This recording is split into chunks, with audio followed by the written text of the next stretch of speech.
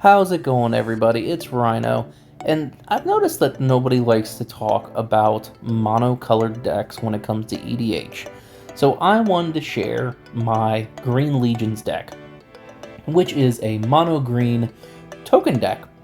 The commander is Greensleeves Morrow Sorcerer, which is 3 generic and 2 green that has protection from planeswalkers and wizards.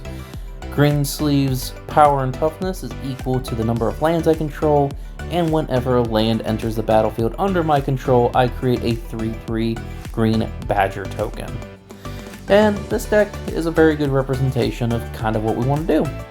The first thing that we want to do with this deck is ramp. And we have a ton of ramp cards. There are 25 ramp cards in this deck.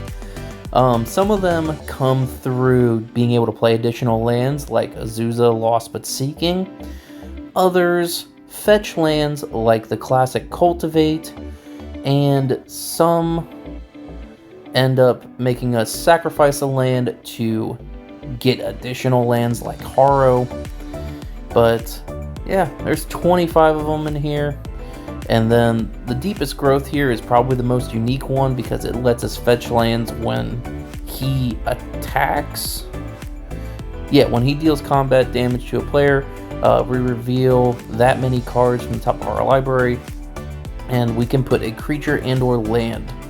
He's probably the most unique way of finding lands in this deck, but he's a big 6/5, so I thought it was fun.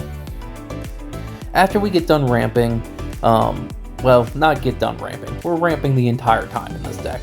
But our ramping leads to a lot of token generation via cards like Rampaging Baloth with its landfall ability, Greensleeves Badger tokens through landfall, essentially, Scoot Swarm through landfall. We do have some tokens generated on upkeep costs like Wolverine Riders and Master of the Wild Hunt are some good examples. We also have tokens being generated on our opponent's turn via Arasta, who creates 1/2 green spider tokens whenever our opponents cast an instant or sorcery, which I always like cards that punish our opponents just for playing decks. But we create a ton of tokens, and then they get even more numerous through cards like Doubling Season, Parallel Lives, and Primal Vigor. Primal Vigor is subjectively the worst one in here because it's kind of group huggy, but normally we can outvalue our tokens being generated and our counters getting put on our tokens more than our opponents can, so it's still fine in the deck. And then there is the one-off Second Harvest, which is just a Parallel Lives, except it is just one time and it's at instant speed. So you can wait for the last opponent before your turn to go, and on their end step, drop this, get a ton of tokens, and then your turn happens and you can swing with them because they don't have summoning sickness anymore. It's a really fun way to do that. Then, after we create a ton of tokens, we want to pump the tokens. And our pump spells come through doubling power and toughness effects, like the Hunger Dominus here, or Unnatural Growth. Classic pump spells, like my favorite, Overwhelming Stampede, and the very nasty, kind of salty Triumph of the Hordes, which gives all your creatures Infect and +1/+1 and Trample. That can end games really quick. We also have the classic Craterhoof Behemoth. All these cards pump our creatures, typically give them some sort of evasion, and we can just swing in for the win. But sadly, we can't just do our stuff. We have to have some interaction with our opponents. So there is a small removal package in this deck. Thorn Mammoth is probably the biggest creature removal in this deck. Whenever another creature enters the battlefield under your control, Thorn Mammoth fights up to 1 target creature you don't control. So we can use him just to, as our tokens being generated, have him target creatures that we don't like. We have Return to Nature, which destroys enchantments, artifacts, or graveyards, kind of your choice.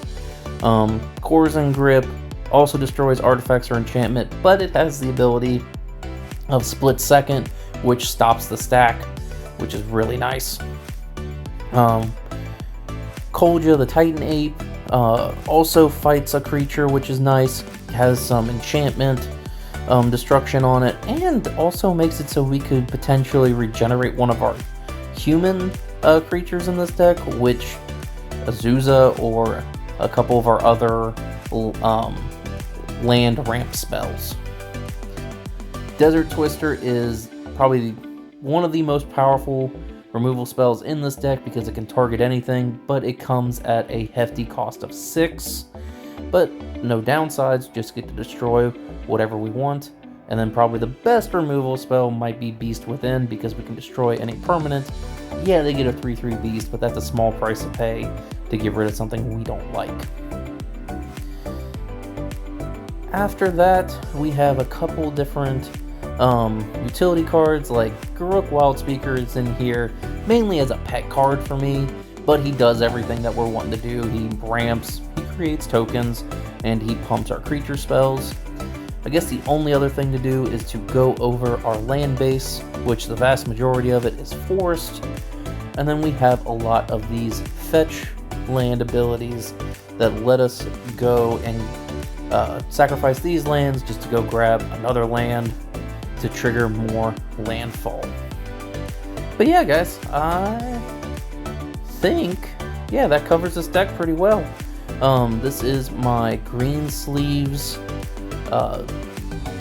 Green Legions deck. Tell me what you think about it in the comments, and if you like this video, please like, subscribe, and share. If you really want to help me out, check out my online game store, www.rhinolifegaming.com. Thanks for watching, y'all. Now, get out of here. Go play some games.